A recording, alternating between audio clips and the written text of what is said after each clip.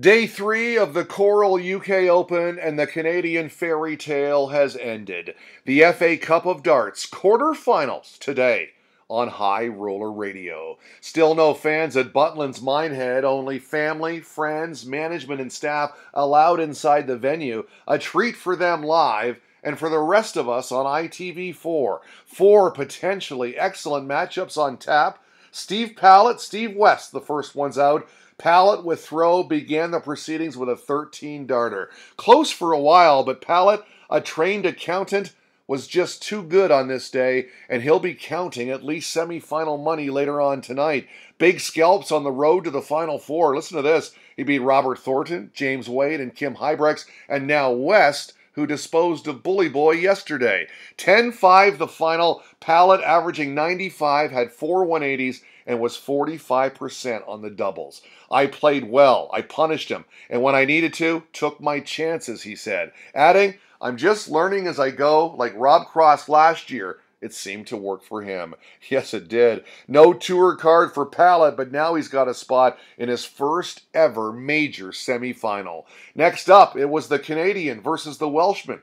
John Part reaching the quarterfinals of a tournament for the first time since 2012. A lot of people pulling for him too, but it was not meant to be. It was the Robert Owen show all day long, just too good, dominant in fact. A 13-darter to start and more of the same throughout. Like Pallett, Owen advancing to his first ever major semifinal, 10-3 the scoreline there. At official PDC tweeting out, a great run here from John Part. There is life in Darth Maple yet. Yes, there is, and it's good news. Part pockets £11,000, making more money, and here's a stat for you, making more money in this UK Open than in his last 95 tournaments combined. Wow, good job, Darth Maple. John Rowling and Alan Warner were gearing up for some boxing commentary after that. Joking, of course. Corey Cadby and Gerwin Price, both known for shouts and theatrics.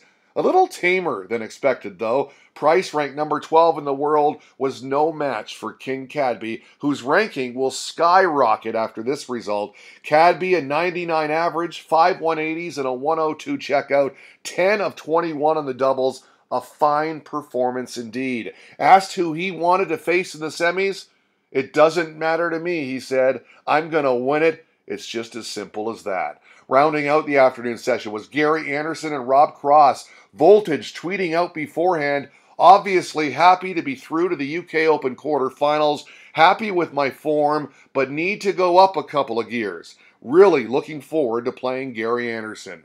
Cross in the end was not able to go up in gears. Anderson only fired in 2 180s, and they both came in the last leg of the match. But his finishing was incredible, absolutely stellar. He had checkouts of 118, 119, took out 84 to hold in the 8th leg, and then 89 in the 11th leg to break. Then had a 130 in the 13th leg to break again, and for good measure, finished off 72 in leg number 14. Ando wins at 10-5, taking 6 straight legs to close it out. Keith Deller and Alan Warner had the redraw, and here's how things shaked out. Anderson will play Pallett, Cadby will play Owen.